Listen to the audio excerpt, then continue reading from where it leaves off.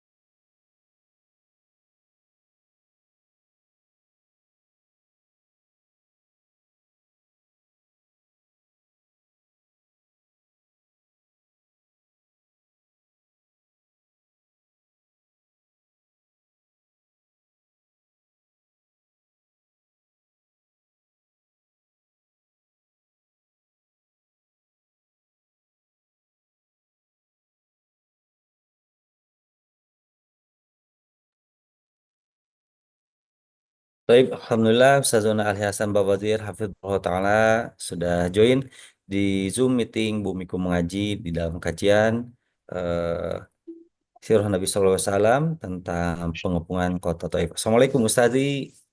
Waalaikumsalam warahmatullahi wabarakatuh. Sehat Kang Zai? Alhamdulillah bi khair Ustaz. Gimana Ustaz dan keluarga sehat-sehat Ustaz? Alhamdulillah bikhair wa afiyah. Alhamdulillah, taib hayakullah Ustaz. Baik, Baik. untuk selanjutnya untuk mengefektifkan waktu yang tersedia, kami langsung saja persilakan kepada Ustazuna Ali untuk menyampaikan kajian malam hari ini tentang pengepungan kota Taif. Tafadhol ya Ustazuna, barakallahu fiik. Wa fiik barakallah. Bismillahirrahmanirrahim. Assalamualaikum warahmatullahi wabarakatuh.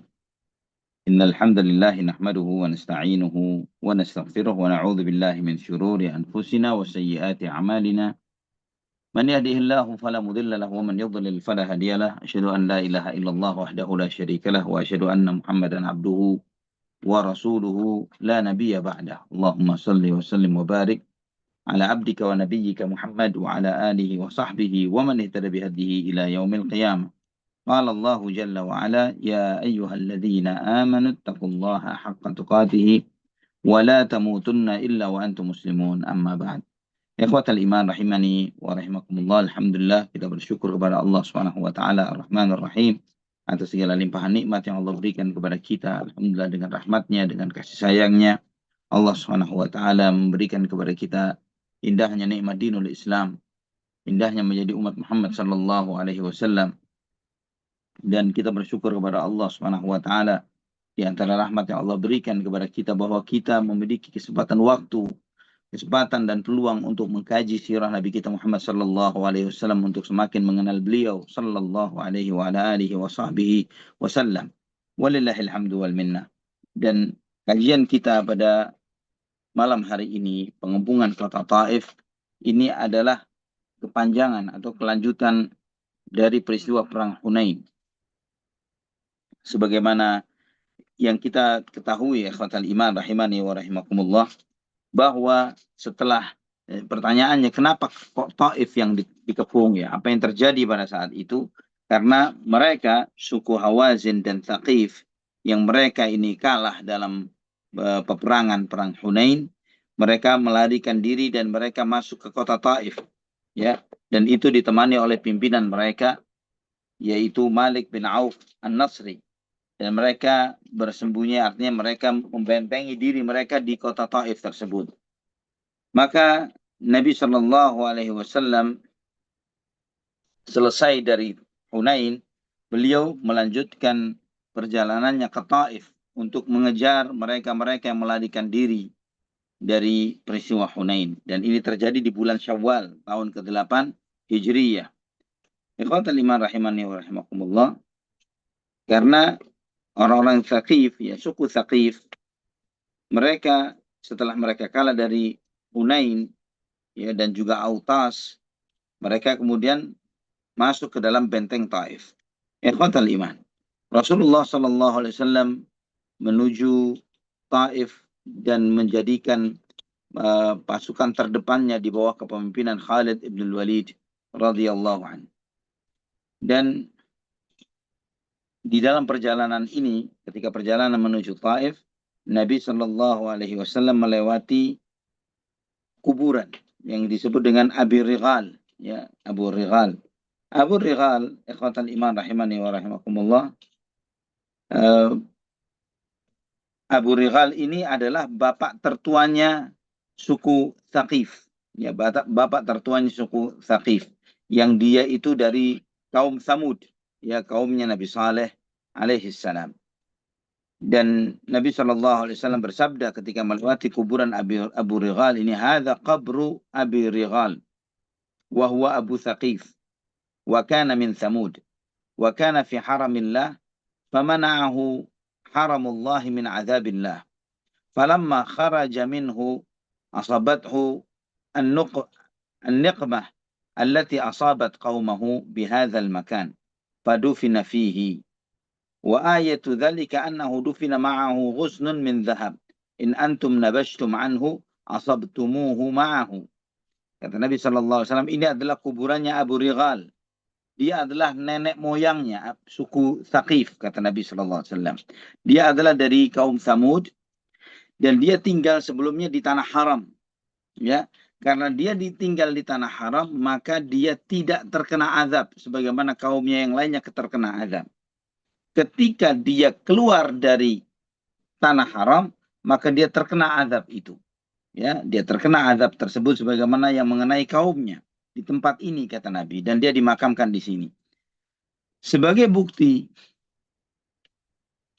bahwa dia adalah kakek moyangnya Abu Bani Thaqif, kata Nabi SAW, dia dimakamkan bersama sebuah dahan besar yang terbuat dari emas.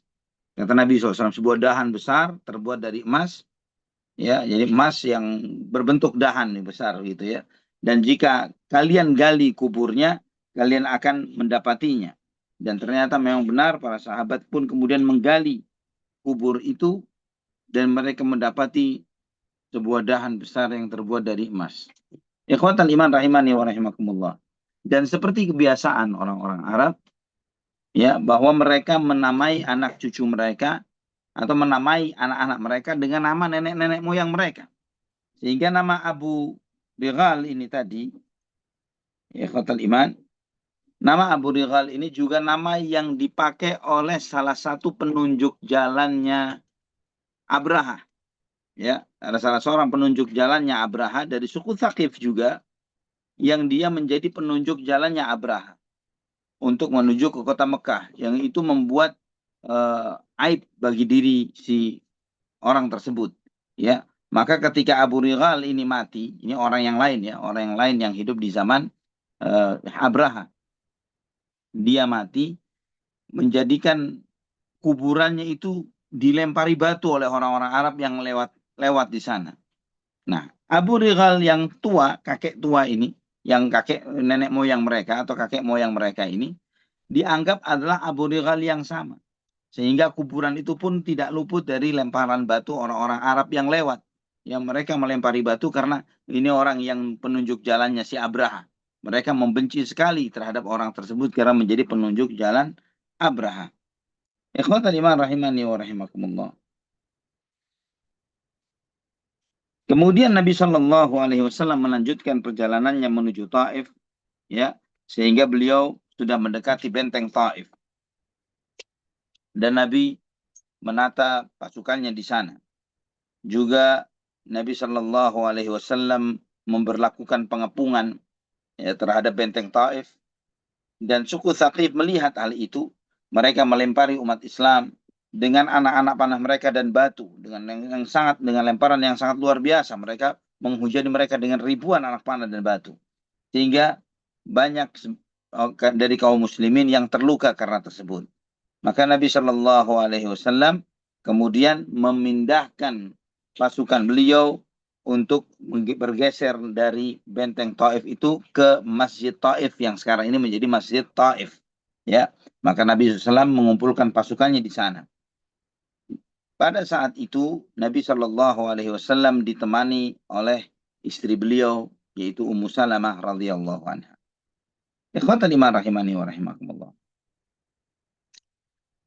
Di antara salah satu peristiwa yang dialami oleh Nabi SAW pada saat itu adalah ketika Nabi SAW menemui Ummu Salamah radhiyallahu anha, ternyata Ummu Salamah di situ sedang bersama saudara kandungnya, yaitu Abdullah ibnu Abi Umayyah ibnu Al-Mughirah, ya, bersama saudara kandungnya. Ya, artinya itu tidak masalah ya berduaan dengan saudara.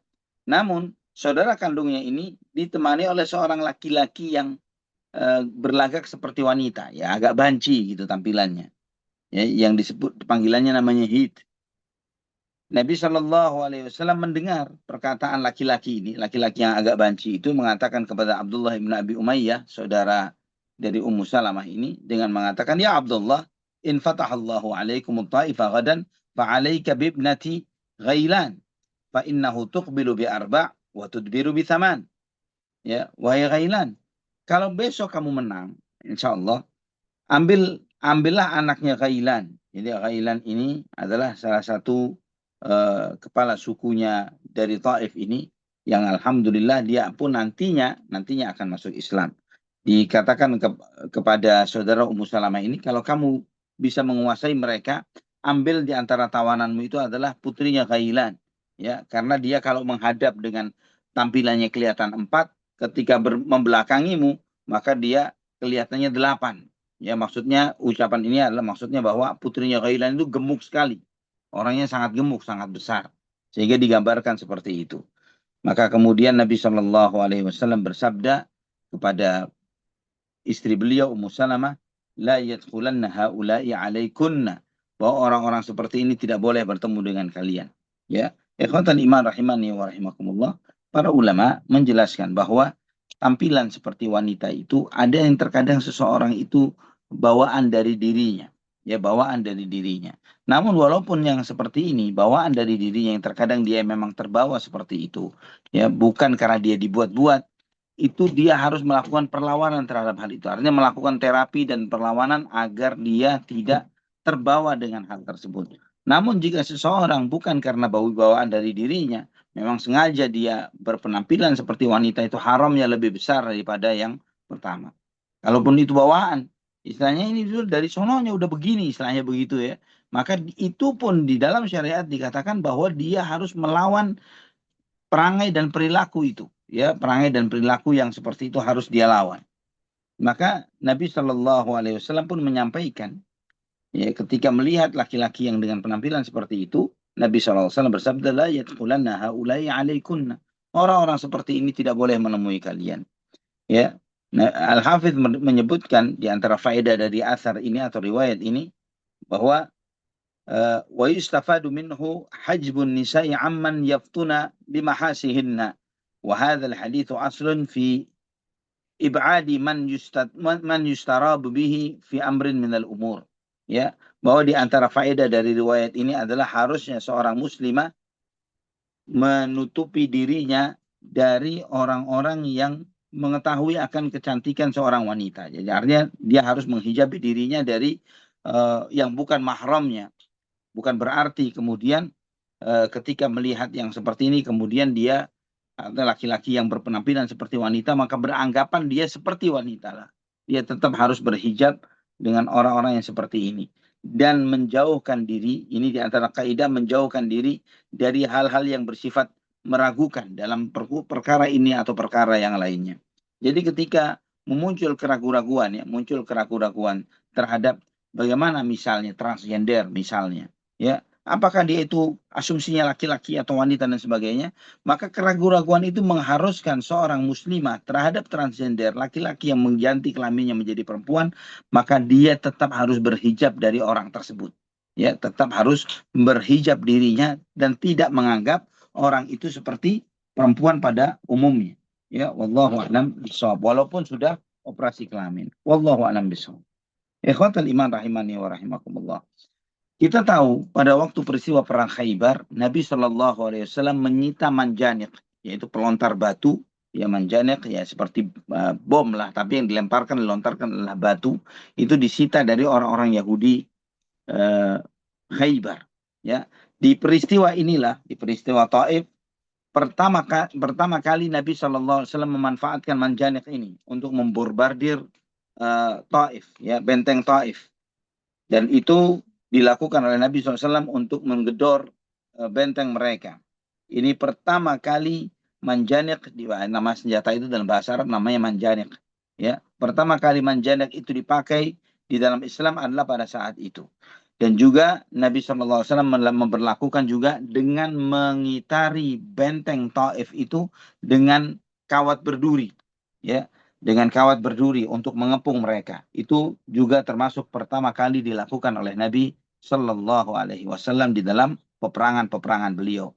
Dan ini juga menunjukkan kepada kita, ikhwatal iman, bahwa Nabi Shallallahu Alaihi Wasallam juga mengakomodir adanya pengembangan atau perkembangan teknologi yang ada, walaupun itu bukan bagian dari dinul Islam. Ya, jadi ini juga menunjukkan bahwa apa yang disebut oleh Nabi SAW ketika menyebutkan iyyakum wa muhdatsatil umur fa inna kulla bid'atin dhalalah. Hati-hatilah kalian dengan segala perkara yang baru karena setiap bid'ah itu sesat. Ini konteksnya bukanlah bid'ah dalam hal teknologi, dalam urusan-urusan dunia, tapi bid'ah yang sesat adalah di dalam urusan ibadah atau akidah atau ibadah, urusan terkait dengan agama. Adapun sarana-sarana di dalam menjalankan sesuatu itu tidak termasuk bid'ah yang terlarang, bahkan itu sesuatu yang diakomodir dan dianjurkan di dalam syariat. Wallahu taala ala wa alam bisawab. Barakallahu fikum. Ikhwatal iman rahimani wa rahimakumullah. Kemudian Nabi Shallallahu Alaihi Wasallam menganjurkan para sahabatnya untuk melemparkan anak panahnya kepada mereka, kepada lawan-lawannya, ya kepada mereka-mereka yang ada di balik benteng Taif ini. Sebagaimana Imam Ahmad meriwayatkan di dalam musnadnya, juga At-Tirmidzi dengan sanad yang sahih menurut syarat Muslim dari Abu Najih As-Sulami radhiyallahu an.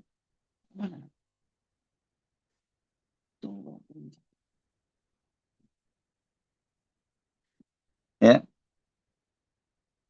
Beliau berkata, Abu Najih As-Sulami mengatakan bahwa kami mengepung bersama Nabi SAW, mengepung benteng Taif. Dan kemudian saya mendengar Rasulullah SAW bersabda, Man balagha bisahmin, ya, man balagha bisahmin, falahu darajatun fil jannah. Wa man rama bisahmin fi sabilillahi azza wa jalla fahuwa lahu adlu muharrar. Wa man syaba syaibatan fi sabilillahi kanat lahu nuran yaumal qiyamah. Barang siapa yang mengenai dengan satu anak panahnya, maka dia akan mendapatkan satu derajat di surga. Barang siapa yang melemparkan anak panahnya di jalan Allah, maka itu pahalanya sama seperti memerdekakan budak. Dan barang siapa yang beruban di jalan Allah Subhanahu wa taala, maka uban itu akan menjadi cahaya baginya pada hari kiamat. Ya, dan kemudian Abu Najih radhiyallahu an mengatakan, dengan motivasi dari Nabi Shallallahu alaihi wasallam ini, di hari itu aku bisa mengenakan dengan 16 anak panahku, ya, mengenai musuhnya. Ikhwatal iman rahimani wa rahimakumullah. Karena pertempuran ini betul-betul adalah saling tembak menembak dengan anak panah, tidak lebih dari itu, karena satu musuhnya di sisi balik benteng dan musuh yang lainnya pun demikian, ya, maka kaum muslimin pun menggunakan istilah dalam bahasa Arab dabbabah, ya, itu menjadi ide tank zaman sekarang, yaitu mereka membuat bangunan, ya, membuat bangunan sebuah bangunan yang terbuat dari tameng kulit, ya, kulit yang tebal begitu, ya, dalamnya dikasih dengan kayu. Mereka mereka bersembunyi di balik tameng itu dan berjalan mendekati benteng, ya, apa istilahnya, kuda Troya atau apa istilahnya begitu, ya. Jadi mereka berada di dalam kulit itu untuk mendekati benteng itu supaya melindungi mereka dari hujanan anak panah yang ditembakkan kepada mereka. Kaum muslimin menggunakan itu untuk melindungi mereka dari hujanan anak panah sampai mereka bisa mendekati benteng, ya, benteng musuh. Ketika suku Thaqif melihat strateginya kaum muslimin untuk bisa mendekati benteng dengan cara seperti ini, maka mereka pun tidak kalah, mereka menggunakan gagasan yang berbeda. Anak-anak panah mereka itu mereka panasi, mereka bakar dengan api, ya, mereka bakar dengan api, menembaki kulit-kulit tadi itu. Ya, karena kulit-kulit itu terkena api, maka terbakarlah dan membuat para sahabat yang ada di dalam tameng itu atau tank zaman dulu, ya, istilahnya tank zaman dulu, ya, mereka keluar dari tank-tank tersebut, ya, dan juga ada beberapa orang yang akhirnya terbunuh karena kena tembakan anak panah itu. Kemudian Nabi Shallallahu alaihi wasallam pun memerintahkan untuk merusak atau menghancurkan perkebunan kurma milik suku Thaqif. Ya, ini membuat mereka, ya, kemudian mengirim utusannya untuk menanyakan kepada Nabi Shallallahu Alaihi Wasallam, kenapa harus dihancurkan perkebunan anggur mereka? Mereka punya perkebunan anggur di Thaqif pada saat itu. Mereka bertanya, lima taqta'u amwalana, imma an ta'khudhaha in zaharta alaina, wa imma an tada'aha lillahi warrahim. Kenapa engkau sampai hancurkan perkebunan kami? Bisa jadi kamu kuasai kebun tersebut atau setidaknya kamu biarkan, ya, karena Allah dan karena menjaga hubungan kekeluargaan. Maka Nabi Shallallahu alaihi wasallam menjawab pertanyaan mereka itu dengan mengatakan, fa inni ada'uha lillahi warrahim. Sesungguhnya aku meninggalkannya, aku membiarkannya karena Allah dan rahim. Artinya ini Nabi SAW pertama berinisiatif untuk memerintahkan itu, kemudian Nabi SAW mencegah, melarang untuk melakukan hal tersebut atau melanjutkan menghancurkan perkebunan kurma suku Taif. Ikhwatal iman rahimani wa rahimakumullah. Kemudian Nabi Shallallahu alaihi wasallam pun menyeru, ya, dengan seruannya beliau memerintahkan kepada utusannya untuk menyampaikan, ayyuma 'abdin nazala minal hisni wa kharaja ilaina fahuwa hurrun. Setiap budak yang ada di dalam benteng Taif, yang setiap budak yang dia keluar dari benteng ini, maka dia adalah orang merdeka. Semua budak itu tidak lagi dianggap budak, tapi mereka adalah orang merdeka. Maka ada 23-an orang yang keluar dari benteng itu, ya, dari orang-orang budak yang kemudian dia mengharapkan untuk kemerdekaan dirinya, maka dia membebaskan dirinya dengan keluar dari benteng itu untuk menyatakan menyerah kepada kaum muslimin karena mengharapkan untuk menjadi orang-orang merdeka. Di antaranya adalah Nufai' bin Masruh, ya, yang dia itu sembunyi di dalam bentengnya Taif dan kemudian dia keluar, ya, dan dia dia keluar dari benteng itu dengan menggunakan tali timba. Ya, dia dengan menggunakan tali timba, dia keluar dari benteng itu dan menemui Nabi Muhammad SAW. Maka karena dia dengan keluar dengan menggunakan tali timba itu, timba dalam bahasa Arab itu adalah bakrah, ya. Ada naldalwun, ada bakrah, ya, dengan menggunakan tali timba. Maka karena dia lolos dari benteng Taif itu dengan timba ini tadi, Nabi Shallallahu Alaihi Wasallam memanggil beliau dengan memberikan kunyah kepada beliau dengan kunyah Abu Bakrah, ya, Abu Bakrah radhiyallahu anhu. Dia di antara budak yang masuk Islam, ya, dia budak yang masuk Islam. Maka Nabi Shallallahu Alaihi Wasallam pun memerdekakannya sesuai dengan komitmen dan janji yang beliau Shallallahu Alaihi Wasallam sampaikan. Ketika nantinya suku Tsaqif nantinya mereka memeluk Islam, ya, mereka meminta kepada Nabi Shallallahu Alaihi Wasallam, ya, nanti akan ada tiba waktunya suku Tsaqif yang sedemikian kuat membentengi dirinya melawan kaum muslimin, akhirnya mereka dapat hidayah. Ya, nanti kita akan ceritakan tentang proses bagaimana mereka mendapatkan hidayah. Mereka mendapatkan hidayah, mereka masuk Islam. Nah, setelah mereka masuk Islam, mereka menemui Nabi Muhammad SAW. Mereka minta kepada Nabi SAW untuk mengembalikan Abu Bakrah ke mereka. Ya Rasulullah, kembalikan Abu Bakrah, ya, budak kami itu kepada kami. Namun Nabi SAW tidak mau. Ya, kata beliau telah berjanji untuk memerdekakan Abu Bakrah. Kemudian Nabi SAW bersabda kepada suku Tsaqif, beliau menyampaikan, "Huwa taliqullahi wa taliqu rasulihi." Ya, dia adalah hamba yang dimerdekakan oleh Allah dan dimerdekakan oleh Rasulullah sallallahu alaihi wa ala alihi wa sahbihi wasallam. Ikhwatal iman rahimani wa rahimakumullah. Nabi SAW menceritakan di dalam masa pengepungan suku Taif ini, beliau bermimpi. Ya, beliau melihat mimpi bahwa di dalam mimpinya itu beliau mengepung suku Tsaqif. Setelah itu Rasulullah SAW besoknya beliau bersabda, "Ya Abu Bakar." Beliau memanggil sahabat beliau, tua beliau, Abu Bakar As-Siddiq radhiyallahu anhu. "Inni ra'aitu anni uhdiyat li Ka'bah." Ya, aku melihat di dalam mimpiku aku mendapatkan hadiah satu timba air. Satu timba. Mamlu'atan zubda. Ya, satu timba yang penuh dengan yohud, ya, penuh dengan yohud. Fanaqara hadikun faharaka ma fiha. Ya, namun timba yang penuh dengan yohud ini tadi dipatok oleh ayam sehingga berlobang dan tumpahlah apa yang ada di dalam timba itu.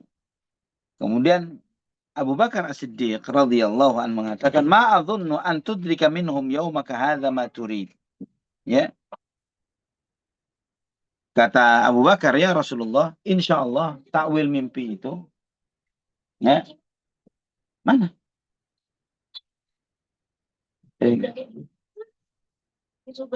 Udah pulang. Nah, kata Abu Bakar Siddiq radhiyallahu anhu, insya Allah takwil mimpimu ya Rasulullah adalah engkau akan mendapati keinginanmu di hari ini. Artinya hari ini engkau akan menguasai menguasai benteng Taif.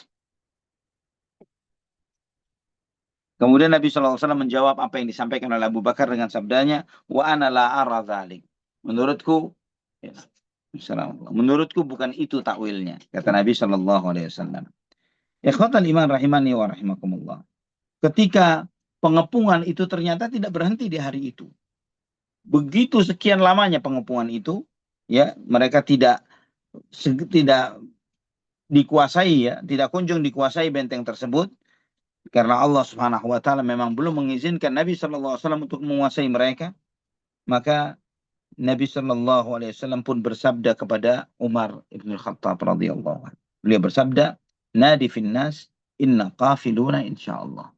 Sampaikan kepada kaum muslimin yang lain bahwa kita akan pulang, ya, kita akan balik ke Madinah. Hal ini membuat berat kaum muslimin. Bagaimana kita perang belum menang nih? Ya, kenapa kita harus pulang sedangkan kita belum menang?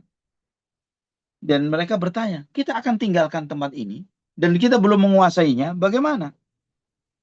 Ya, kemudian Nabi Shallallahu Alaihi Wasallam pun menyampaikan, "Ughdu 'alal qital." Ya, mengikuti gagasan mereka itu, ya sudah sekalian lanjutkan berperang.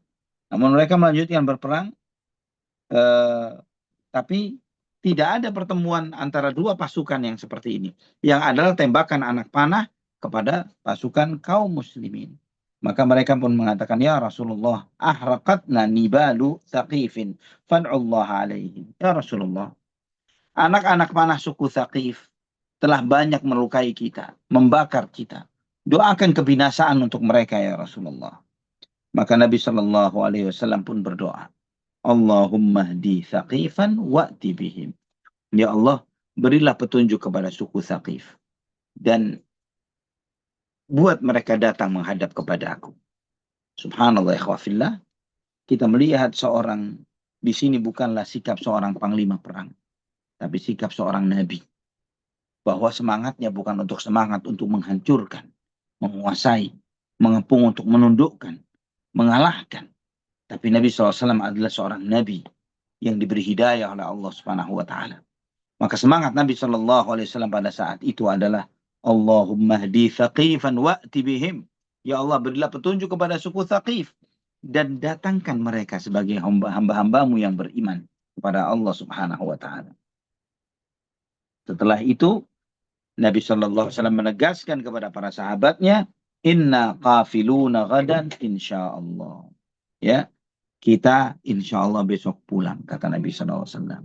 Maka para sahabat pun bergembira dengan apa yang disampaikan oleh Nabi Shallallahu Alaihi Wasallam dengan doa Nabi Shallallahu Alaihi Wasallam. Dan Nabi Shallallahu Alaihi Wasallam pun kembali dengan tertawa, dengan penuh kebahagiaan. Ikhwatal iman rahimani wa rahimakumullah. Dan nantinya Allah Subhanahu wa taala mengabulkan doa Nabi kita Muhammad sallallahu alaihi wasallam. Suku Thaqif nantinya akan datang kepada Nabi sallallahu alaihi wasallam dengan sebagai orang-orang muslim, ya, dengan memeluk dinul Islam. Nanti insya Allah mereka akan datang ketika Nabi sallallahu alaihi wasallam belum meninggalkan Ji'ranah, ya, sebagaimana nanti insya Allah kita akan membahas terkait dengan datangnya utusan-utusan Arab untuk menemui Nabi Muhammad sallallahu alaihi wa ala alihi wa sahbihi wasallam. Ikhwatal iman rahimani wa rahimakumullah. Maka kaum muslimin pun meninggalkan Taif menuju Ji'ranah. Kenapa ke Ji'ranah? Masih ingat bahwa semua ghanimah, ya, harta perolehan perang dari peristiwa Hunain semuanya ditumpuk ditaruh di Ji'ranah, ya, ditumpuk di sana. Ketika di perjalanan menuju Ji'ranah, mereka bertemu dengan Suraqah bin Malik Al-Ju'thami. Ya, Al-Ju'thumi. Antum ingat siapa Suraqah bin Malik? Suraqah bin Malik adalah orang yang dulu ketika Nabi SAW sedang hijrah. Ya, ketika Nabi SAW dengan hijrah, Suraqah ini berusaha untuk mengejar Rasulullah SAW untuk memenangkan sayembara menangkap Nabi Muhammad SAW dan Abu Bakar. Namun berkali-kali beliau gagal. Akhirnya Suraqah pun merubah niatnya dan kemudian memberikan janji keamanan, dan dia mengatakan ketika dia merubah niatnya dan ingin memberikan janji keamanan kepada Nabi Muhammad SAW dan Abu Bakar, beliau pun bisa mendekati Nabi Muhammad SAW. Dan kemudian Suraqah minta komitmen dari Nabi. Kalau Allah memberikan kemenangan kepada beliau, kepada Rasulullah SAW, Suraqah termasuk orang yang diberi keamanan. Maka Nabi SAW pun menyampaikan kepada Abu Bakar untuk menuliskan surat komitmen itu, ya, yang diberi tanda oleh Nabi SAW, yang diberi tanda oleh Rasulullah SAW. Maka ikhwatal iman, Suraqah pun bergegas menemui rombongan Nabi Muhammad SAW itu. Dia masuk di antara rombongan pasukan para sahabat Ansar radhiyallahu anhu. Maka para sahabat Ansar yang melihat Suraqah, yang mereka tidak mengenali Suraqah ini, segera mendorong Suraqah dengan busur-busur panah mereka. Ya, didorong Suraqah ini, pergi kamu, kamu ini siapa? Apa maumu? Ya, kamu tinggalkan tempat ini. Apa maumu? Namun Suraqah berusaha mendekati Nabi Muhammad SAW yang berada di atas ontanya. Dan kemudian Suraqah melihat, demi Allah, aku melihat betis Nabi SAW yang tersingkap ketika beliau di atas ontanya ini. Demi Allah, aku melihat Nabi Muhammad SAW dengan betis putihnya itu. Maka aku pun mengangkat komitmen perjanjian Nabi Muhammad SAW bersama. Ya, beliau mengangkat itu, surat perjanjian itu, dengan mengatakan, ya Rasulullah, hadza kitabuka li, ya Rasulullah, hadza kitabuka li, ana Suraqah bin Malik. Ana Suraqah bin Malik bin Ju'thum. Ya Rasulullah, inilah surat perjanjianmu denganku. Inilah surat perjanjianmu denganku, ya Rasulullah. Aku adalah Suraqah bin Malik bin Ju'thum. Ya, maka Nabi Shallallahu Alaihi Wasallam pun melihat Suraqah. Beliau Shallallahu Alaihi Wasallam bersabda, Yaumu wafa'in wabir udnu. Hari ini, hari untuk menuntaskan semua janji. Hari kebajikan dan kebaikan. Silahkan dia mendekat, kata Nabi Shallallahu Alaihi Wasallam. Di sini semakin menegaskan kepada kita, kalau hitung-hitungan perang, kaum muslimin dengan Taif ini, mereka belum menang. Bukanlah sebuah kemenangan. Mereka hanya ngepung begitu saja dan tidak mendapatkan kemenangan sama sekali. Ya, subhanallah ya khawafillah. Namun hal itu tidak mengganjal di dalam hati Nabi Muhammad SAW. Apa jadinya itu jika hanyalah seorang panglima perang biasa? Ya, mereka akan penuh dengan kesuntukan hati, dengan penyesalan yang berat, mereka dengan beratnya hati, mungkin dengan gundah gulana yang luar biasa, mungkin juga ketika ada orang-orang seperti Suraqah yang mengganggu di tengah jalan, mungkin kekesalan yang muncul, apalagi nih orang, mau apa dan sebagainya, ya akan membuat dia akan semakin kesal, tapi tidak dengan Nabi kita Muhammad ibn Abdullah sallallahu alaihi wasallam yang memang beliau dimuliakan oleh Allah Subhanahu wa taala dengan akhlaknya yang mulia. Yang memang Nabi kita Muhammad sallallahu alaihi wasallam, wa innaka la'ala khuluqin azim, dan sesungguhnya engkau wahai Muhammad sungguh engkau berada di atas akhlak yang sangat luhur, yang sangat agung dan sangat mulia. Ikhwatal iman rahimani wa rahimakumullah. Maka ketika Nabi sallallahu alaihi wasallam menyampaikan, mendekatlah kamu wahai Suraqah, hari ini adalah hari memenuhi segala komitmen dan janji, maka aku pun mendekat kepada Nabi Shallallahu Alaihi Wasallam, kata Suraqah, dan aku pun menyatakan keislamanku. Kemudian aku ingat tentang sesuatu dan aku pun menanyakan hal itu kepada Nabi Muhammad Shallallahu Alaihi Wasallam. Dan di antara yang aku tanyakan, dia bertanya, kata Suraqah, dia bertanya kepada Nabi Shallallahu Alaihi Wasallam, ya, dia mengatakan, ya Rasulullah, kalau ada salah seekor onta bukan milikku, onta tersesat, dia mendekati tempat aku mengumpulkan air untuk onta-ontaku. Jadi biasa onta itu disediakan semacam telaga kecil begitu ya, satu wadah kecil yang berisi air penuh, yang dipenuhi air untuk minum onta-ontanya. Namun kemudian dia sudah memenuhi telaga tempat itu, wadah yang besar ini tadi dengan air untuk minum onta-ontanya. Tapi ternyata ada onta liar atau onta milik orang lain yang datang untuk ikut minum di tempat dia.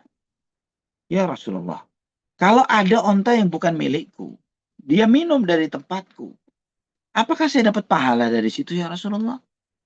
Kata Nabi SAW, na'am. Fi kulli dhati kabidin harra ajar.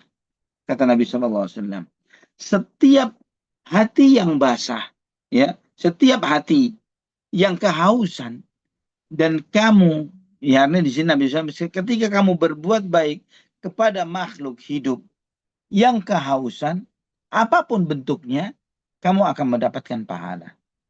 Ya, kamu pun akan mendapatkan pahala.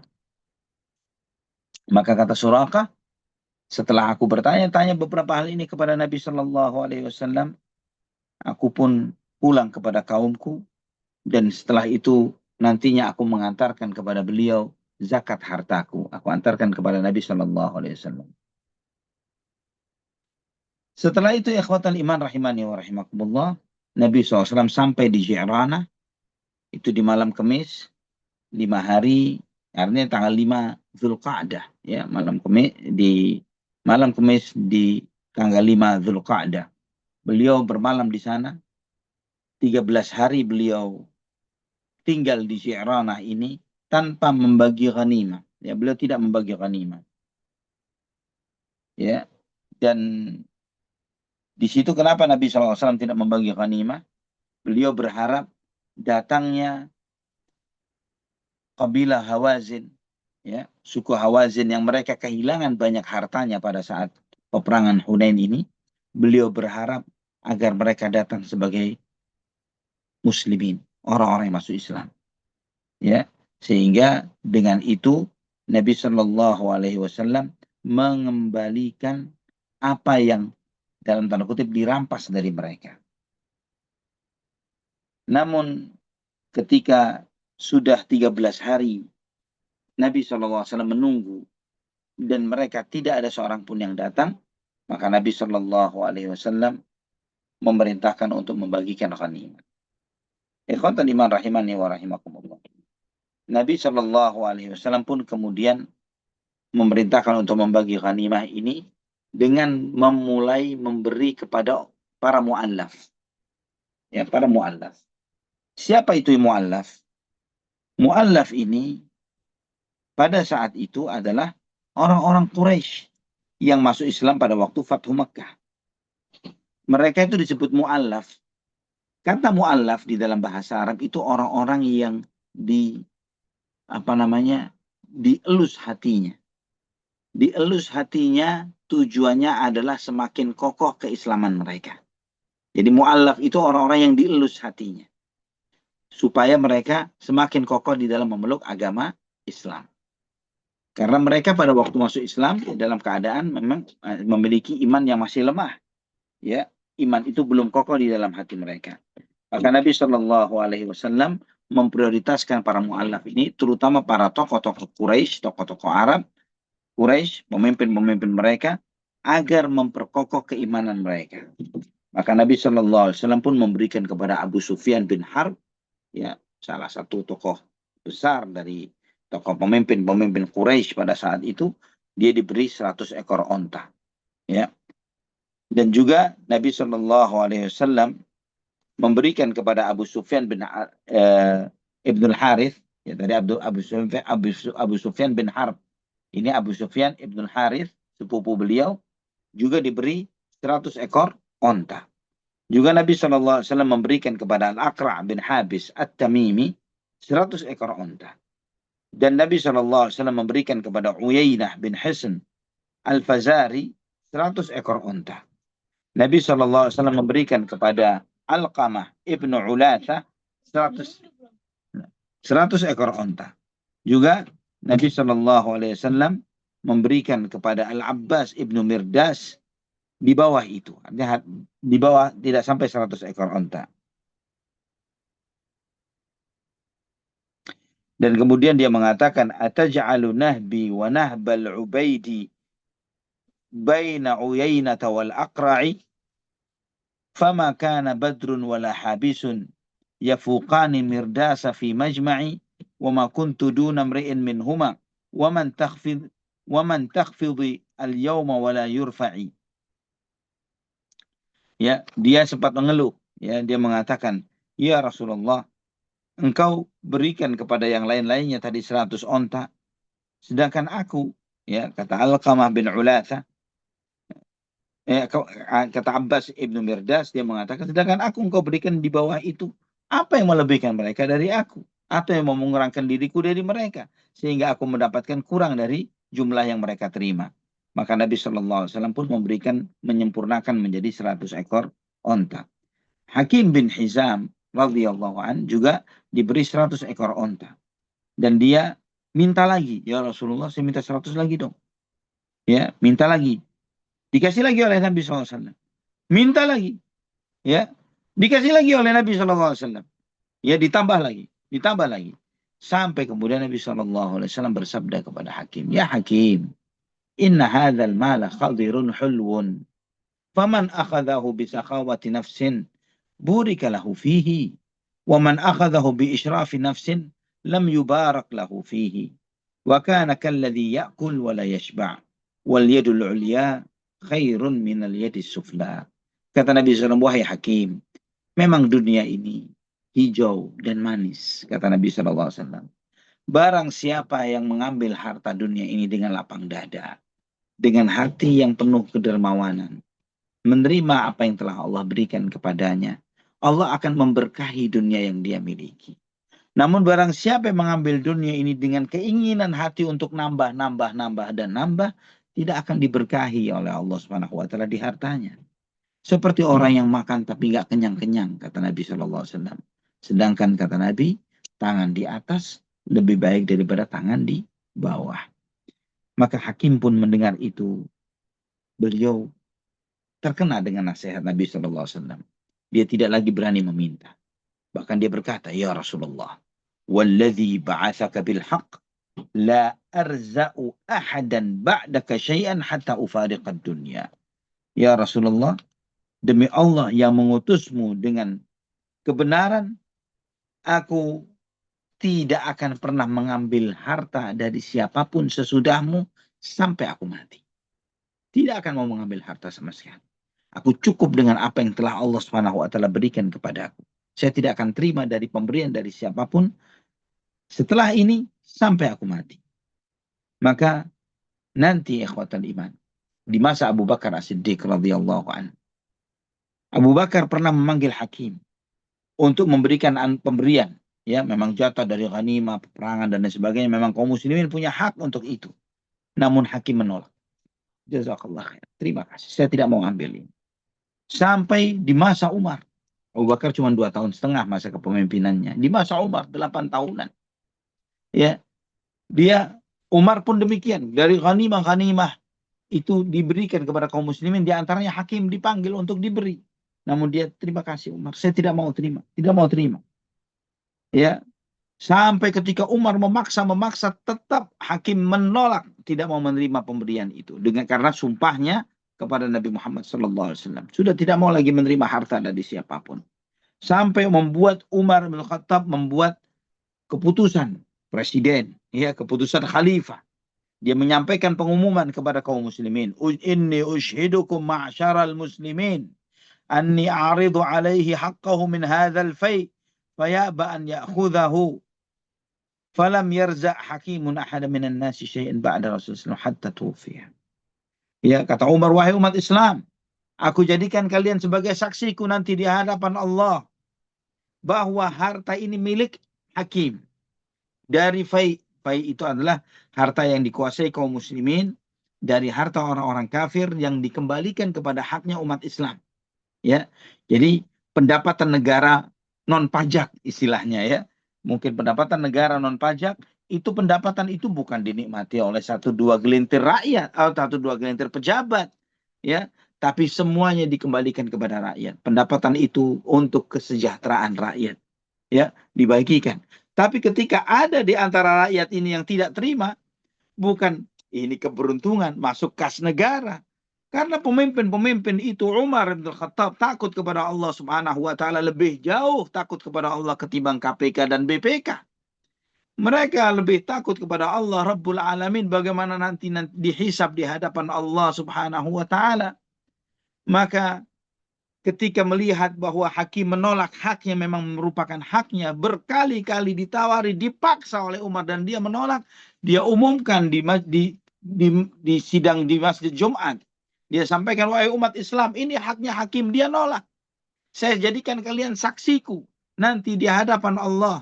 Jangan sampai harta ini hak dia tidak terima, kemudian aku yang nanti disalahkan oleh Allah Subhanahu wa taala. Allahu Akbar.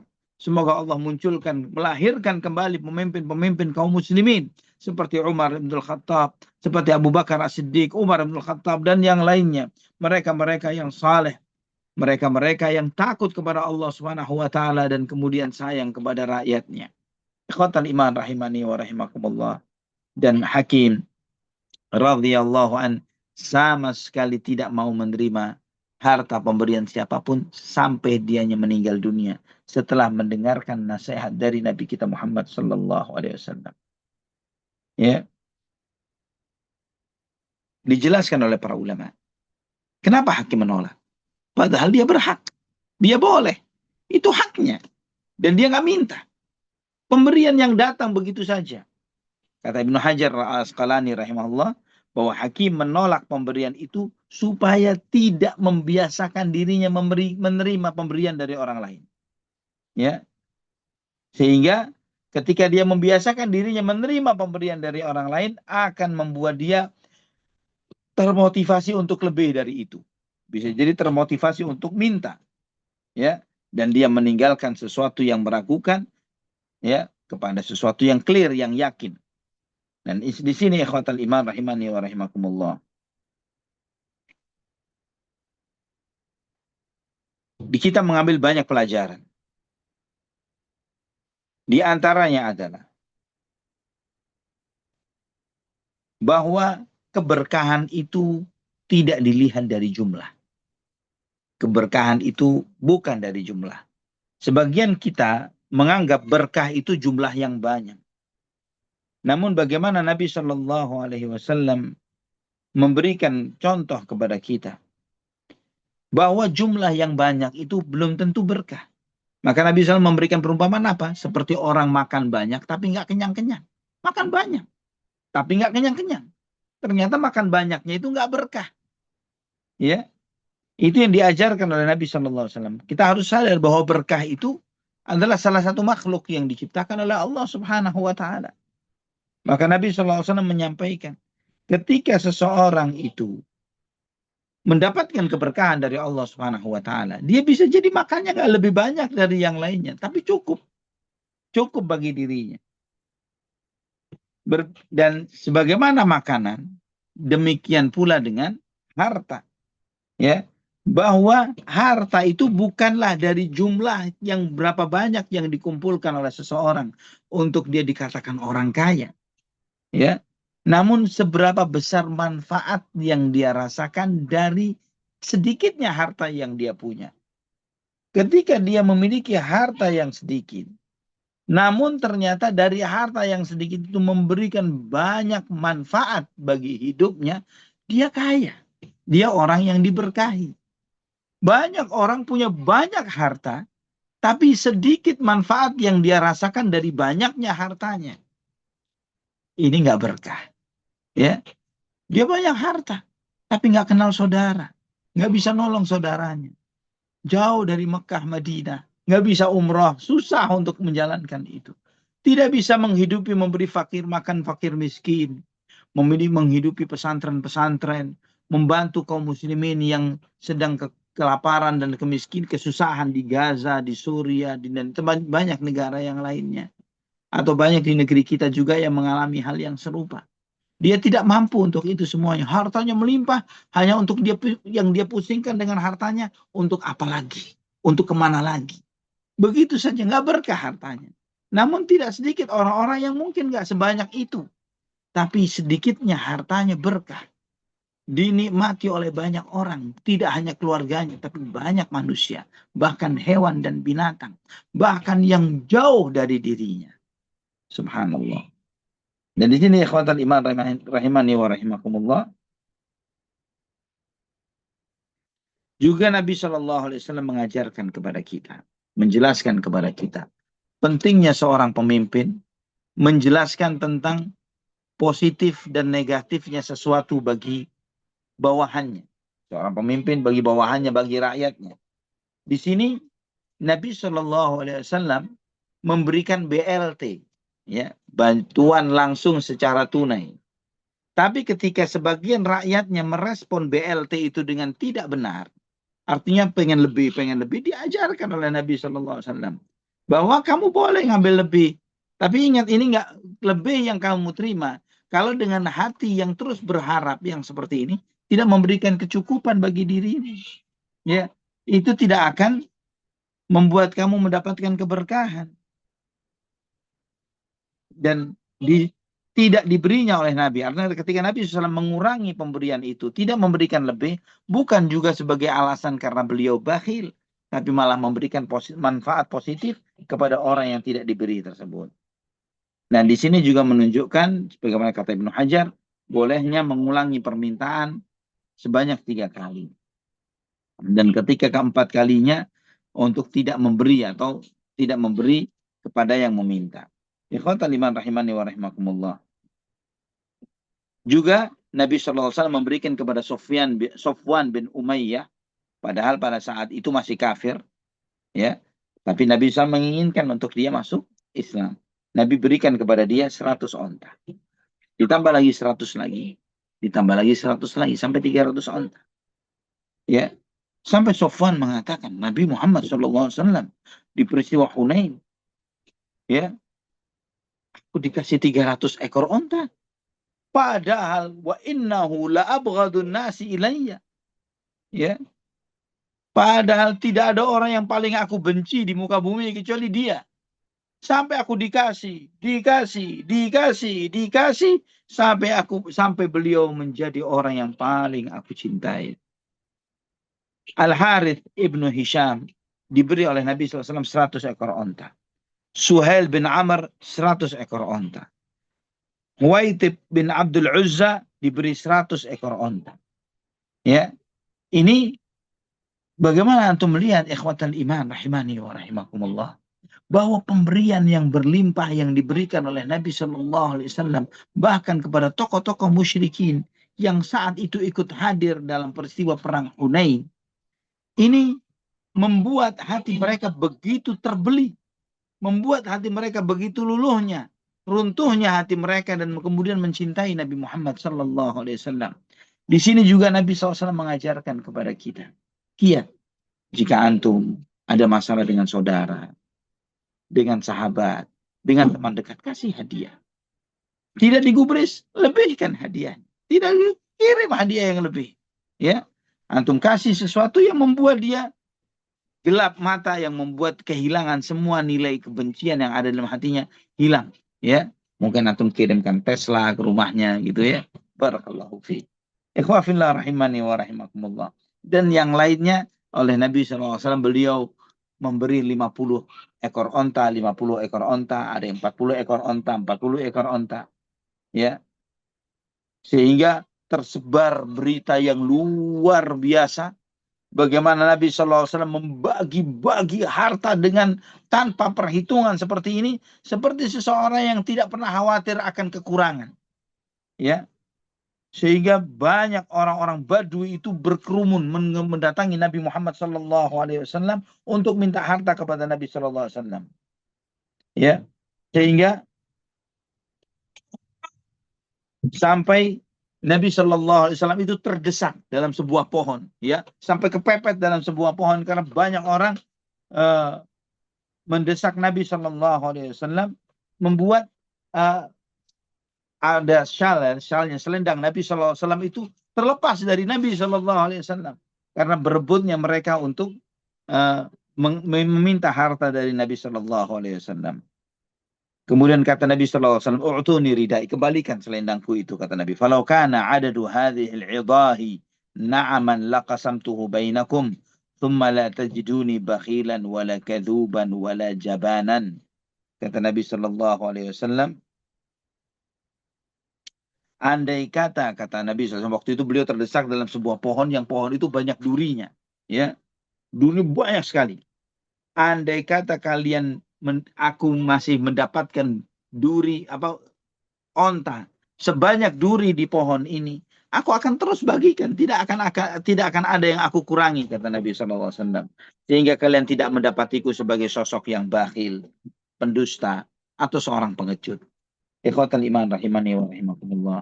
Di sini menunjukkan kepada kita bahwa 3 sifat itu, kikir, ya, bakhil, pendusta, pengecut, adalah sifat tercela yang dibenci oleh Allah Subhanahu wa taala dan dibenci oleh Rasulullah sallallahu alaihi wasallam. Dan seorang pemimpin nggak boleh memiliki 3 sifat itu. Tidak boleh pemimpin itu bakhil. Tidak boleh pemimpin itu pembohong. Tidak boleh pemimpin itu pengecut.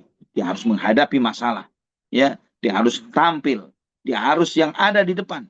Ya, tidak boleh dia suka bohong. Tidak boleh dia menjadi seorang yang kikir dan bakhil. Dan juga ikhwatal iman rahimani wa rahimakumullah, di sini menunjukkan kepada kita bagaimana sabarnya Nabi Shallallahu Alaihi Wasallam, lapangnya hati dan dada beliau Shallallahu Alaihi Wasallam. Bagaimana beliau menghadapi orang-orang dusun, Badui itu orang-orang dusun yang mendesak Nabi sampai di pohon berduri itu, membuatkan syal selendang beliau, yang kain rida jubah beliau ini terlepas dari dirinya, itu pun beliau Shallallahu Alaihi Wasallam tidak terpancing emosinya, tidak terpancing marahnya, tidak membuat Nabi SAW kemudian cemberut, berubah wajahnya. Malah bagaimana semangatnya mereka untuk meminta kepada Nabi, membuat hati Nabi SAW semakin terbuka dan semakin terbuka dan semakin baik kepada mereka. Dan ikhwatal iman rahimani wa rahimakumullah, di sini juga dibolehkannya ketika seseorang dalam kondisi tertentu, ketika memang dibutuhkan, dia menyebutkan sifat baik yang ada pada dirinya. Ya, di antaranya misalnya kondisi kekhawatiran ada orang yang menduga yang berbeda tentang dirinya, misalnya. Tapi kalau konteksnya adalah menyebutkan kebaikan diri seseorang, tujuannya adalah untuk membanggakan dirinya di hadapan orang lain, itu tidak boleh. Tapi untuk menafikan buruk sangka orang lain terhadap dirinya, maka itu sesuatu yang boleh. Dan ikhwatan iman rahimani wa rahimakumullah, ini juga di antaranya bahwa Nabi Shallallahu Alaihi Wasallam menjanjikan, ya, tapi konteksnya bukan janji. Beliau menyampaikan untuk menyampaikan bahwa andai kata ada yang lebih pun aku akan kasih, kata Nabi Shallallahu Alaihi Wasallam. Dan ini ikhwatal iman rahimani wa rahimakumullah juga menunjukkan kepada kita bolehnya seorang pemimpin untuk segera membagikan ghanimah, harta perolehan perang, ataukah menundanya, itu pun dibolehkan secara syar'i. Dan juga ikhwatal iman rahimani wa rahimakumullah, sebagaimana di dalam riwayat Imam Ahmad dalam musnadnya dengan sanad yang hasan dari Ibnu Mas'ud radhiyallahu anhu, ketika Nabi sallallahu alaihi wasallam membagi ghanimah di Hunain, di Ji'ranah, ya, dan banyak orang-orang yang mengerumuni beliau sallallahu alaihi wasallam. Kemudian setelah itu, ketika banyak orang mengerumuni beliau untuk mendapatkan ghanimah ini, Nabi Shallallahu Alaihi Wasallam pun bersabda, Inna abdan min ibadillah, ba'athahu Allah Azza wa Jalla ila qawmihi, fakadzabuhu, wa shajjuhu, faja'ala yamsahu dama an jabinihi, fayaqulu rabbi fir qawmi, fa innahum la ya'lamun. Sesungguhnya ada salah seorang nabi, ada salah seorang hamba Allah, kata Nabi SAW. Ada salah seorang hamba Allah yang diutus oleh Allah kepada kaumnya. Namun hamba Allah ini, Nabi ini Hussein. Ya, Nabi ini didustakan oleh kaumnya. Bahkan tidak cukup mendustakan Nabi itu, malah melukai Nabi tersebut sampai dia mengusap keningnya yang berdarah. Ya, dan kemudian Nabi itu berkata, wahai Tuhanku, ampunilah kaumku karena mereka nggak sadar. Mereka nggak tahu. Kata Ibnu Mas'ud radhiyallahu anhu, saya melihat Nabi SAW sedang mengusap keningnya, ya, yang sambil menceritakan langsung, sambil tidak menyebutkan bahwa yang dimaksud orang itu adalah diri beliau Sallallahu Alaihi Wasallam. Ya, karena pohon berduri itu diantaranya sampai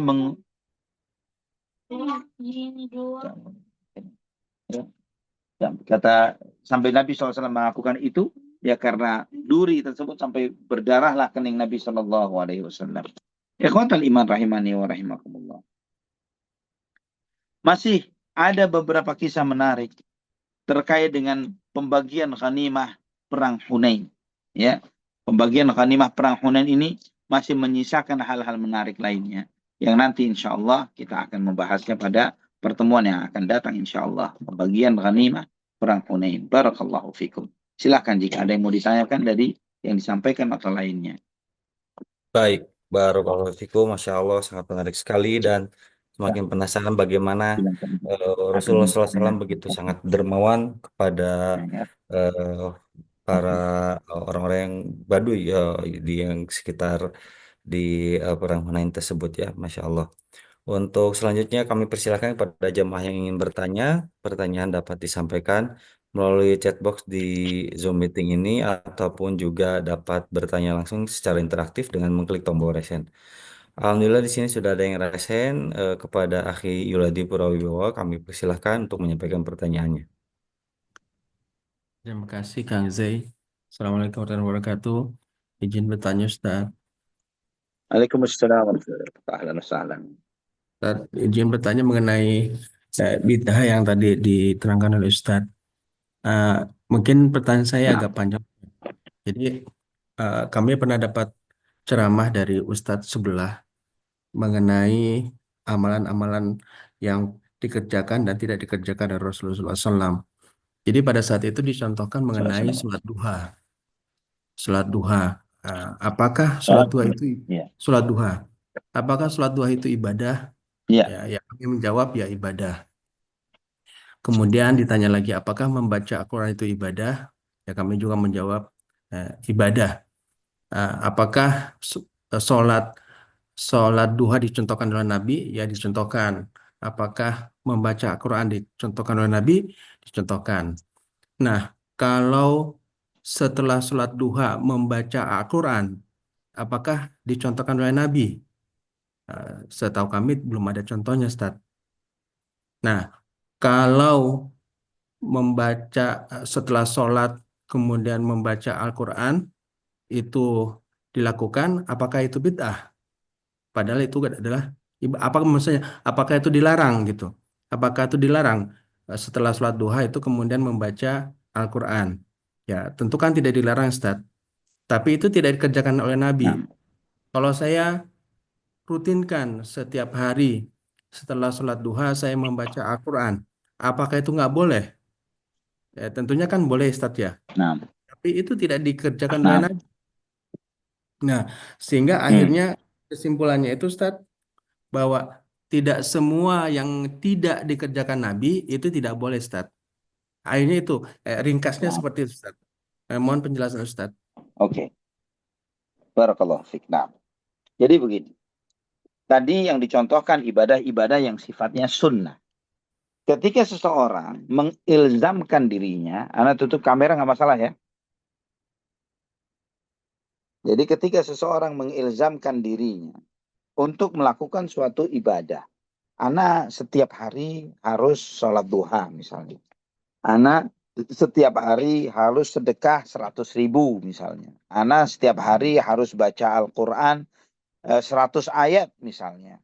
Ya, pengilzaman seseorang dia mengharuskan kepada dirinya seperti itu. Hal-hal yang seperti ini selama ibadah-ibadah itu adalah ibadah-ibadah yang ada perintah dan contoh dari Nabi SAW, maka itu bukan menjadi sebuah bid'ah. Namun ketika dia merubah konsepnya, dia mengatakan begini, Ana ajarkan suatu amalan kepada antum. Amalan ini baik, Masya Allah, Tabarakallah. Apa itu? Yaitu antum harus sholat duha tiap hari. Dan sesudah sholat duha, Usama bilangnya aja. Sesudah sholat duha, baca 100 ayat Al-Quran. Misalnya begitu. Aisyah, jangan dicopot tuh. Pasang. Takutnya nanti hilang. Ya, sesudah sholat duha, baca 100 ayat. Dan dia menganjurkan begini. Pasti orang yang mendengar akan bertanya, kenapa demikian? Kemudian biasanya akan ditambahkan, Ana, pengalaman Ana dengan melakukan ini dan itu, ternyata menghasilkan ini dan seperti itu. Misalnya seperti itu. Misalnya. Maka perbuatan itu berubahlah menjadi sebuah bid'ah. Karena dia menduplikasi apa yang diilzamkan kepada dirinya, kepada orang lain, dengan sesuatu yang tidak pernah dilakukan oleh Nabi Shallallahu Alaihi Wasallam dan tidak dianjurkan untuk dilakukan seperti itu, untuk diilzamkan, diharuskan kepada orang lain untuk melakukannya. Tapi kalau dia untuk pribadinya sendiri, bukan sebuah bid'ah. Antum misalnya memperbanyak istighfar. Dan kemudian antum mengatakan bahwa ana harus setiap hari istighfar 1.000 kali misalnya. Apakah itu jadi bid'ah untuk diri kita sendiri? Enggak. Itu tidak jadi bid'ah.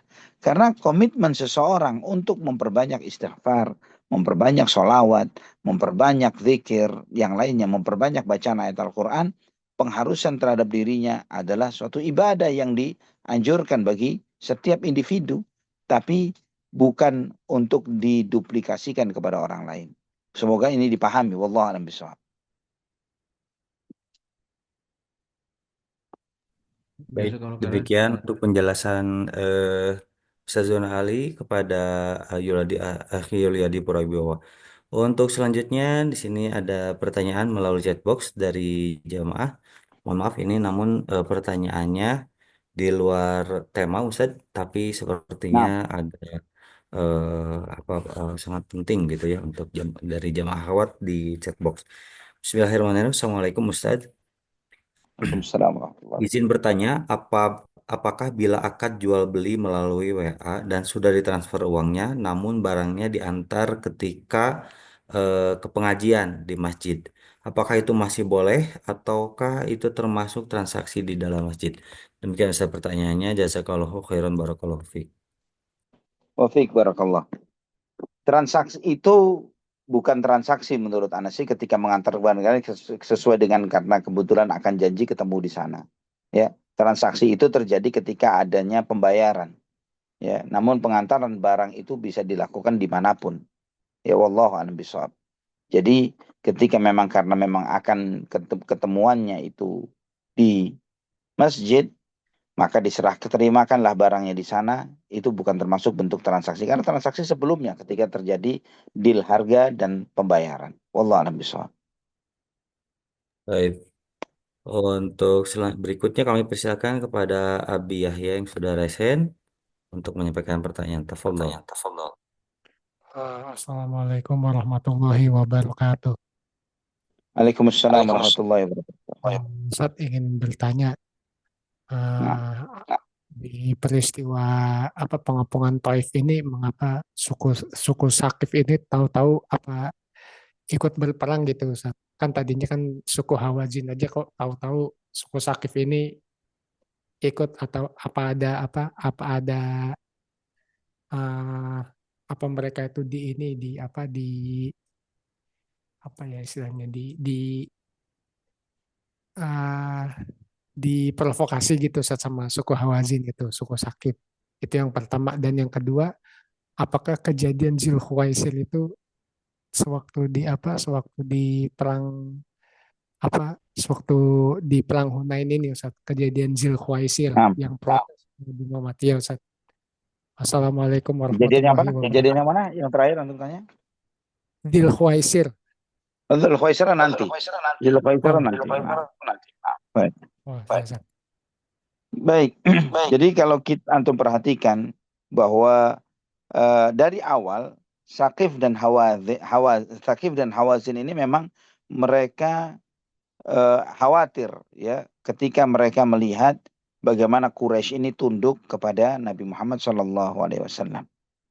Maka kekhawatiran Sakif dan Hawazin dari sejak awal itu yang mereka ketika takluknya Quraisy membuat mereka berkomitmen bersepakat untuk melakukan perlawanan kepada Nabi Muhammad SAW. Ya, jadi memang dari awal peristiwa perang Hunain, ya antum bisa simak ulang nantinya, insya Allah. Di situ dijelaskan bahwa Sakif dan Hawazin dari sejak awal mereka khawatir melihat takluknya Quraisy ya, terhadap Nabi Muhammad SAW. Maka mereka pun kemudian berkomitmen bersepakat untuk melakukan inisiatif melawan Nabi Muhammad SAW atau melawan kaum muslimin karena melihat hal itu. Wallahu a'lam bishawab. Iya, demikian penjelasan Ustazuna Ali Hasan untuk pertanyaan dari Abi Yahya. Berikutnya kami persilahkan Ukhti Nuraini Ummu Aisyah yang sudah raise hand. Tafadhol. Assalamualaikum warahmatullahi wabarakatuh. Waalaikumsalam warahmatullahi wabarakatuh. Jazakallah khairah Kang Zai. Pak Ustadz, Ana izin bertanya tentang ngalap berkah di kuburan, Pak Ustadz. Iya. Ana ingin dijelaskan yang termasuk kepada kesyirikan itu yang seperti apa gitu, dan doanya kalau meminta kepada orang mati, orang soleh yang sudah mati itu yang dianggap syirik itu seperti apa? Anda diberikan contohnya. Karena sebagian tuh mengatakan kita kan Mhm. ziarah kubur itu apa namanya, nggak minta ke orang mati, nggak minta ke kuburan, mintanya tetap ke Allah gitu. Jawabannya tuh seperti itu. Mudah-mudahan Oke. jawaban itu bermanfaat untuk Ana dan kaum muslimin yang mungkin insya Allah mendengarkan penjelasan dari Pak Ustadz. Jazakallahu khair Iya. barakallahu fiik. Assalamualaikum warahmatullahi wabarakatuh, Pak Ustadz. Iya, nah. Waalaikumsalam warahmatullahi wabarakatuh. Nah, yang kalau ditanya meminta berkah kepada yang sudah mati, memang ada yang syirik dan ada yang bid'ah yang mengantarkan kepada kesyirikan. Yang syirik adalah ketika meminta langsung, ya waliullah, ya Syekh ini dan seterusnya. Itu dilakukan. Begitu banyak konten-konten yang kita simak, kita lihat, kita dengarkan. Bagaimana mereka mengatakan ya Habib Fulan, ya Al-Idrus, Adrikna, Madad ya Hussein, ya Imam dan seterusnya. Mereka berdoa, tolong kami wahai Habib Fulan, wahai Syekh Fulan, wahai Wali Fulan, ya eh, bantu kami dan seterusnya, kalimat-kalimat yang seperti adrikna, madad, dan lain sebagainya. Mereka secara langsung meminta pertolongan. Ji'nakum, atainakum, kasatnakum, kami datang kepada kalian. Kami bertujuan hanyalah kepada kalian, kepada engkau, untuk meminta pertolongan kalian. Dan seterusnya, langsung mereka melakukan permintaan kepada selain Allah subhanahu wa ta'ala. Ya, ini sesuatu yang jelas-jelas sifat yang kufur. Ya, perbuatan kufur karena meminta langsung kepada selain Allah Subhanahu wa taala. Sebagaimana yang Allah firmankan dalam surat Al-Jin misalnya, wa annal masajida lillahi fala tad'u ma'allahi ahada. Masjid-masjid itu milik Allah, maka janganlah kamu berdoa bersama Allah yang lainnya. Ya. Ini menunjukkan bahwa Allah melarang untuk berdoa bersama Allah yang lainnya. Ketika berdoa kepada selain Allah, maka itu perbuatan kesyirikan. Ya, perbuatan syirik. Begitu banyak Allah Subhanahu wa taala ingatkan perbuatan syirik ini yang dilakukan oleh mereka-mereka yang berdoa kepada selain Allah Subhanahu wa taala. Juga misalnya kita mengatakan di dalam ayat Al-Fatihah, iyyaka na'budu wa iyyaka nasta'in. Hanya kepadamu ya Allah kami beribadah, hanya kepadamu ya Allah kami memohon pertolongan.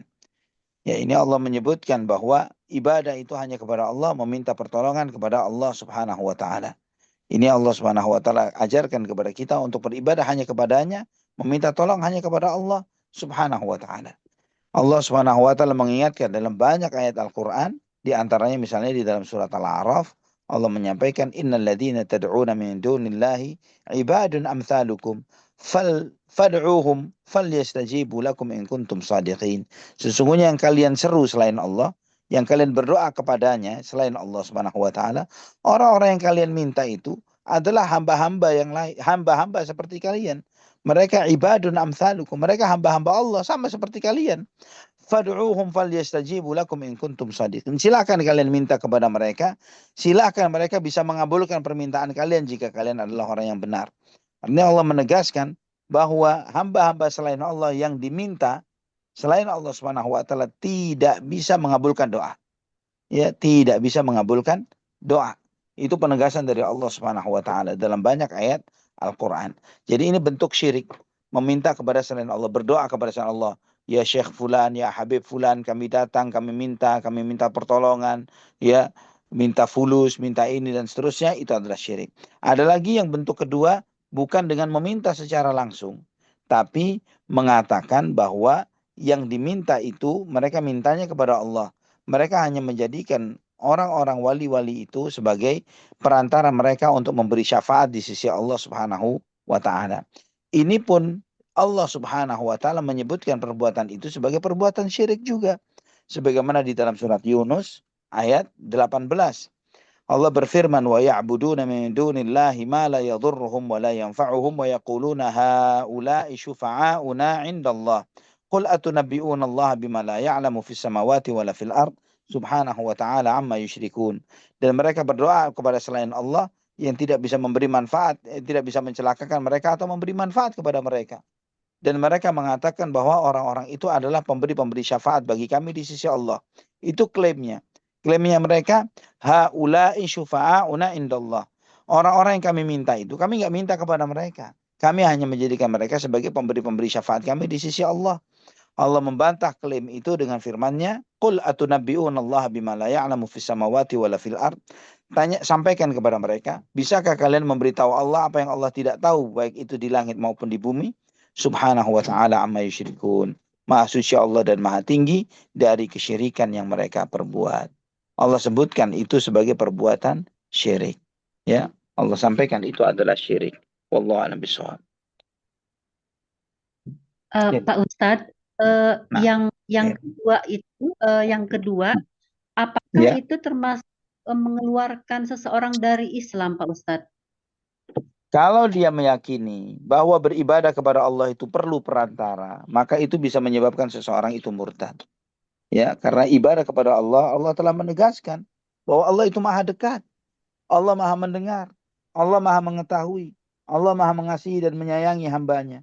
Kalau ada orang mengatakan bahwa berdoa kepada Allah butuh perantara, maka dia telah meragukan kemahakuasaan Allah, maha mendengarnya Allah, maha melihatnya Allah, maha taunya Allah Subhanahu wa taala. Ini perbuatan kufur yang itu bisa menyebabkan murtadnya seseorang. Wallahu a'lam bishawab.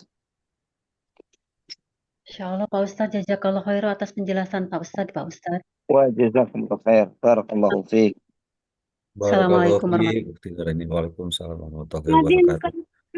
Baik, untuk selanjutnya barangkali dari Umu Amr, barangkali ada titipan pertanyaan dari jamaah di Amerika maupun juga Kanada. Silakan Umu Amr. Modelnya nyoba sekali. Iya, saya seperti Mama cantik. Tapi udah selesai belum? Tadi sepertinya ada Ahya Abi dulu deh, Kang Zaid. Udah Jazakallahu Sudah? khairan. Oh, sudah ya? Ya. Ya, alhamdulillah. Jazakumullahu khairan. Assalamualaikum warahmatullahi wabarakatuh. Waalaikumsalam warahmatullahi wabarakatuh. Iya, alhamdulillah. Ustadz, mohon nasihatnya. Saya Nah, membaca belakangan ini di sosial media atau di media massa Indonesia banyak sekali terkait pembunuhan yang pembunuhan ini dengan masalahnya cukup sepele atau terkait masalahnya seperti ada gangguan atau tekanan kejiwaan. nah, Bagaimana melindungi keluarga, Ustadz? Terkadang dengan situasi dan kondisi yang sangat berbeda ketika kami kecil, sekarang generasinya sudah dengan sosial media, kemudian influence dari sosial media ini baik akhlak, baik cara hidup sehari-hari sangat berubah. Sehingga kami takut juga bagaimana kalau misalnya lebih ditekan anak, dia lebih stres. Tapi kalau tidak ditekan, artinya di sini diawasi dengan cukup kondusif, begitu Ustadz. Takutnya juga jadi bablas. Dan sangat mengerikan ketika anak membunuh orang tua atau anak hanya karena masalah sepele membakar rumah atau pembunuhan-pembunuhan yang lainnya. Padahal itu artinya kan membunuh jiwa sesama muslim kalau ini keluarga muslim. Bagaimana mencegahnya ya Ustadz? Apakah juga itu terpengaruh dalam situasi rumah? Misalnya rumah itu ada penunggu makhluk halus misalnya Ustadz, atau karena rumah itu sangat gersang.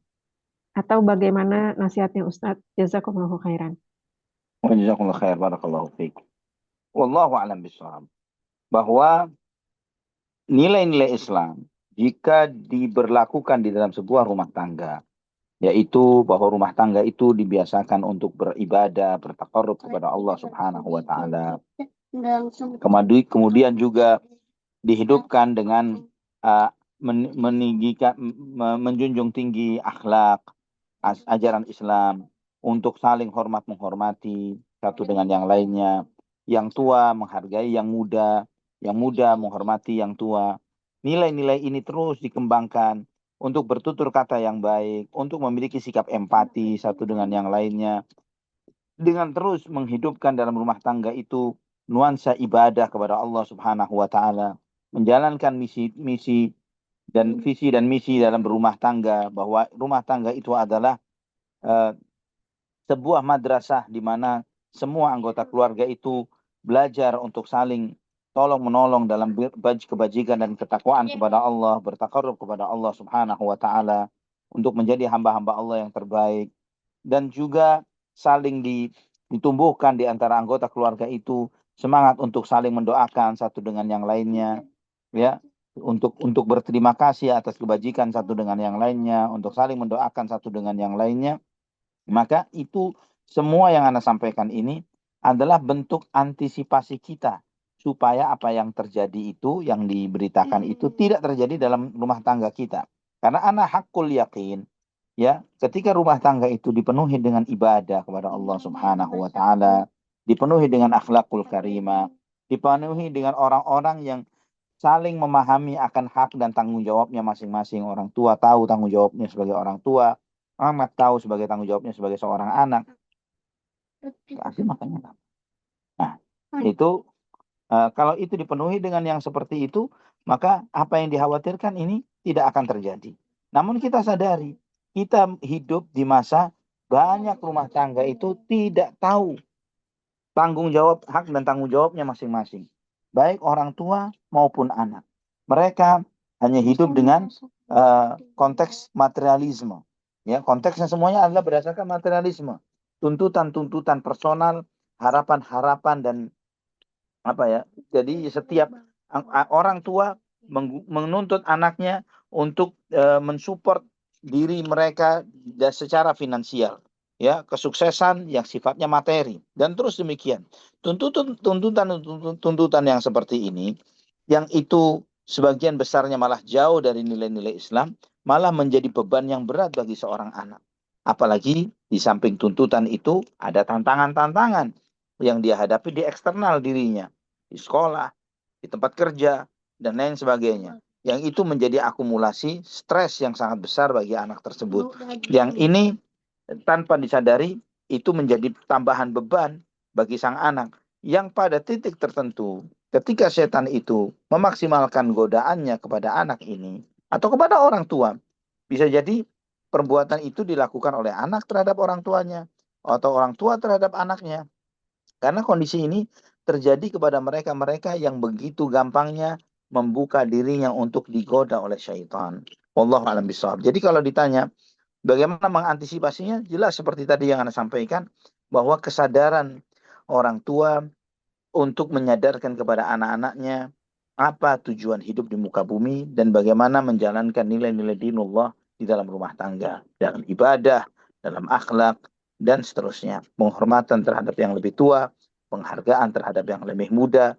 Jika itu terus dilakukan, terus pemakluman terhadap kesalahan-kesalahan yang dilakukan oleh sebagian kita, terutama orang tua yang memaklumi kesalahan-kesalahan anaknya, memaklumi itu karena memang manusia ini tempatnya kesalahan, bahwa kesalahan itu bisa jadi sesuatu yang berulang, bahwa kesalahan-kesalahan yang terkait dengan sesuatu yang merupakan takdir Allah Subhanahu wa taala, sesuatu yang tidak bisa dielakkan.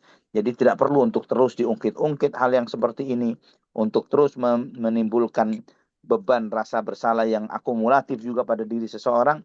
Itu semuanya insyaallah wallahu alam bishawab akan menghilangkan semua hal yang dikhawatirkan oleh seseorang di dalam rumah tangganya. Wallahu a'lam bishawab.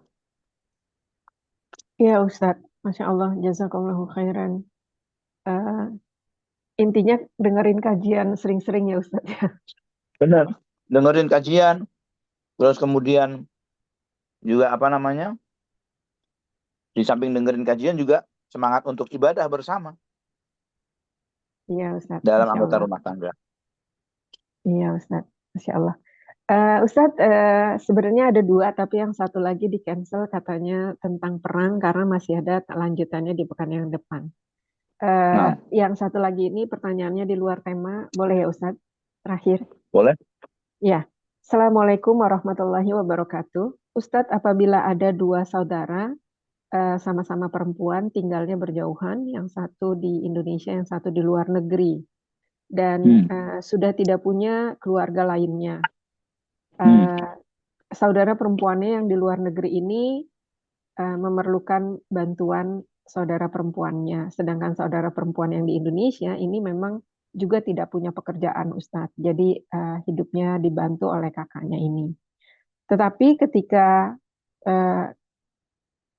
ingin misalnya saudara perempuan yang di Indonesia akan tinggal di rumah kakaknya yang di luar negeri, dia tidak punya mahram, Ustadz. Bagaimana yang bisa Ustadz nasihatkan dengan situasi yang seperti ini?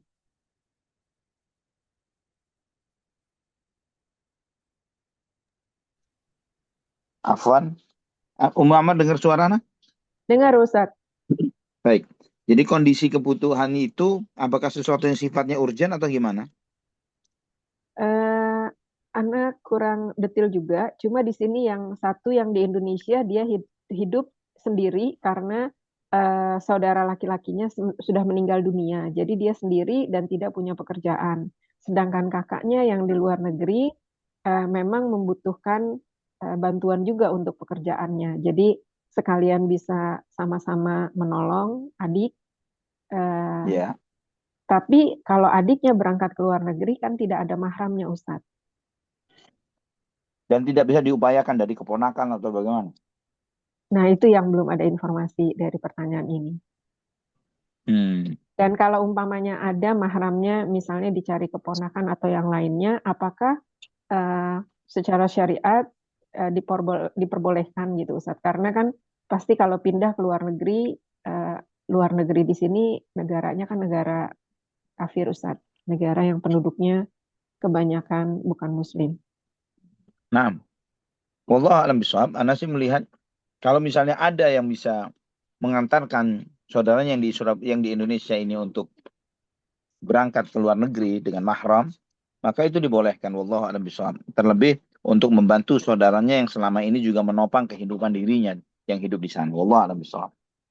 Iya, Ustadz. Jazakumullahu khairan, Ustadz. Wa jazakallahu khairan. Nah, Ustadz, boleh request mungkin Ana sampaikan di sini. boleh. Karena mungkin dalam 3 bulan ke depan kita kan menghadapi Ramadan, Ustadz. Apakah 1 bulan sebelum Ramadan materi dari sirah ini bisa kita ganti dengan misalnya tematik fikih Ramadan, Ustadz, atau tematik Boleh. memotivasi untuk bersemangat dalam ibadah Ramadan.